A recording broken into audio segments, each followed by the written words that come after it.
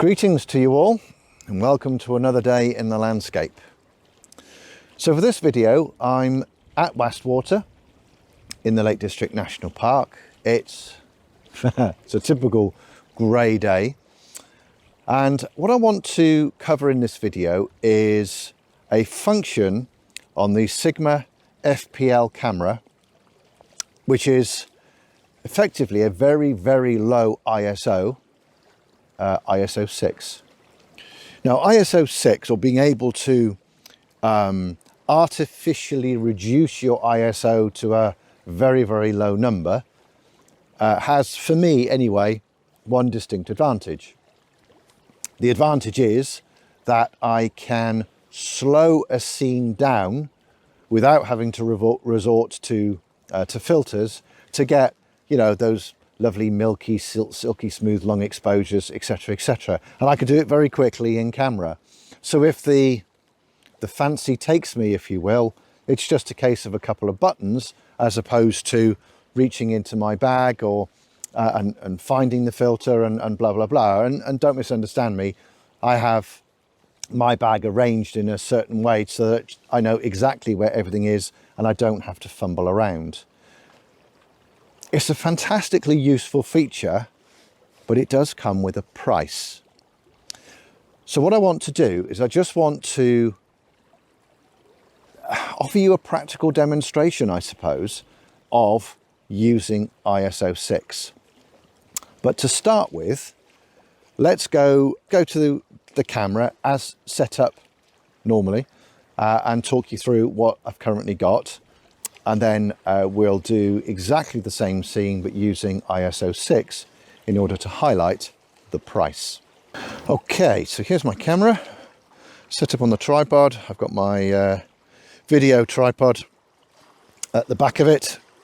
Nothing particularly remarkable. There's my view.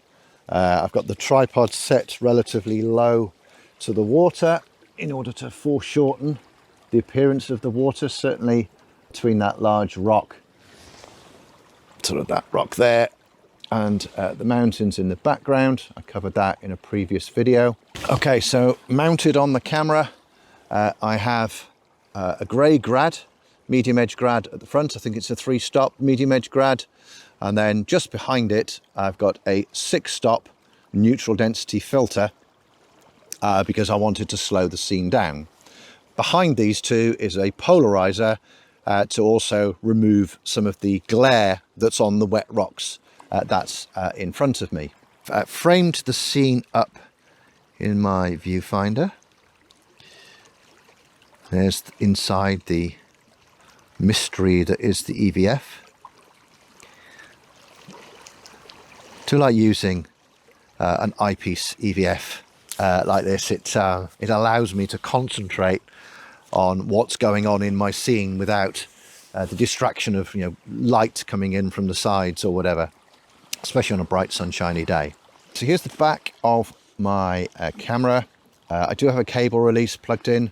That's because I was having a play with bulb mode earlier. I won't be doing that right now. So that's my composition. I have an arrangement of rocks in the foreground. Hopefully, what I'm hoping is that that rock there, the one that's got the square around it, that acts as a pointer and points the viewer out towards the fells beyond. I've been quite deliberate with my composition to try and make sure that I've got slopes going down left and right. I've positioned the grad hopefully just over the sky. I'm just going to lift that up a tad. There we go.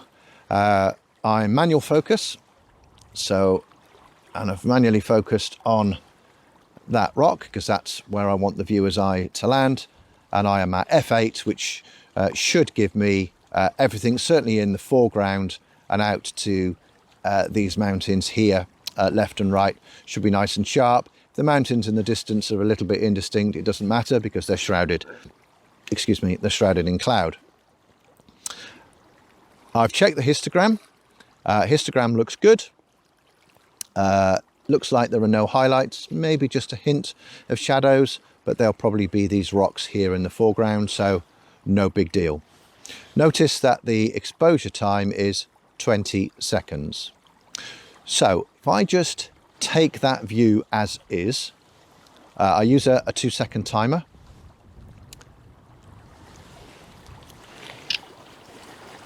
The camera will run for 20 seconds.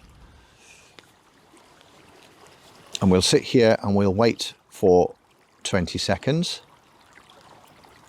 I use a self timer clearly so that any movement introduced into the camera when I press the shutter is eliminated.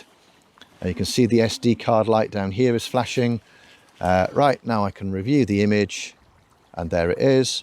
And what I always do is have a quick look at the resultant histogram. That's looking all right. Compositionally, that's looking okay. Got a bit of mood and movement up here in the sky, which I know in software I can do something with. Right, so let's introduce a low ISO. So to do that, I'm going to take out the 6-stop ND grad. The 6-stop ND that I've got in the filter holder. I'm going to remove that. Let's put that back there. There you go. And you can see straight away, having removed it, my shutter speed is now 1/3 of a second. Hang on, let me bring it down. There we go. 1/3 of a second. You can see it down there, 0.3. And if you look at that, watch that value, I just hold it over, there you go, it shoots back up to 15 seconds. We're sort of at the start of the day, so light levels are rising slowly, which is why there'll be a difference between when I took the image originally and now. Okay, we're back. Right, so now we're going to play with messing with the ISO rather than using the ND grad. So I'll go into the quick select menu. The ISO option is already highlighted, and I just spin the dial. Let's go all the way back to ISO6, like so.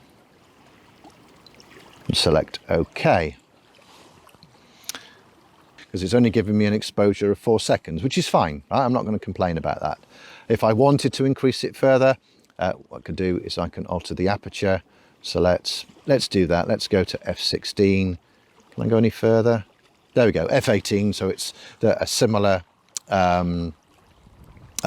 exposure time. I'm going to leave everything else exactly the same. What I am going to do though is I'm going to bring my phone in, and I'm going to do that quite deliberately because I want you to see how long all of this takes. So leave everything else the same. We're at ISO 6. Oh, now we're 15 seconds. Can you tell that light's going up? Right. I've increased the aperture to f20, 20-second exposure. So there's the exposure done. And now, can you see we actually have a little egg timer symbol? That's 10 seconds.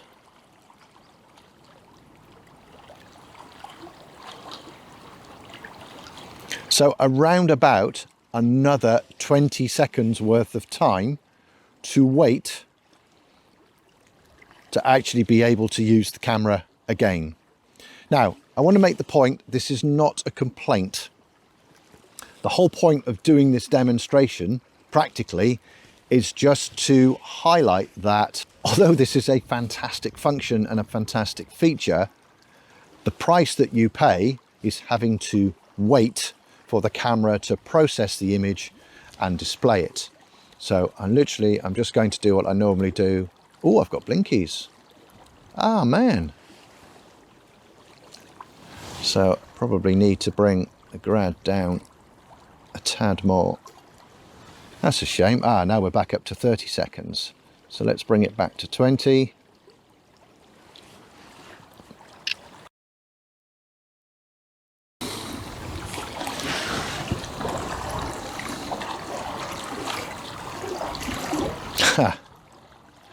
That's not having it, is it? I probably now that light levels have picked up, I probably need to use a stronger grad, but hey, there we go, never mind. So like I said, this is not a complaint. The whole point of doing this demonstration is to just highlight that although it's a fantastic function to have, I need to consider that when I use it, that there's going to be a wait, there's going to be a delay. Now, anybody that uses noise reduction on any of their camera systems will be aware that you take an image, let's say it's 10 seconds, then the noise reduction will run for 10 seconds. So this is very similar. The point of highlighting it is that occasionally it frustrates me. And occasionally it frustrates me if the scene in front of me is changing very, very rapidly. If the scene in front of me is changing very, very rapidly, I need to remember to use the filters and the grads and all the rest of it, not to use ISO6, even though ISO6 is probably going to be the quicker way to achieve the longer exposure. It's an ad memoir, is that the right phrase to use for me? But I hope it's been useful. I hope it's been interesting. You know, if anybody is considering to buy this camera system, and it's a superb camera system, and you're attracted to it because of this whole ISO thing, then just bear this in mind, bear the content of this video in mind. Right, I think breakfast is calling. I need to disappear. I think rain is forecast as well, so it's a good time to call it a day. Hope it's been interesting, hope it's been informative. If anything, you've just enjoyed the scenery. But please like, comment and subscribe.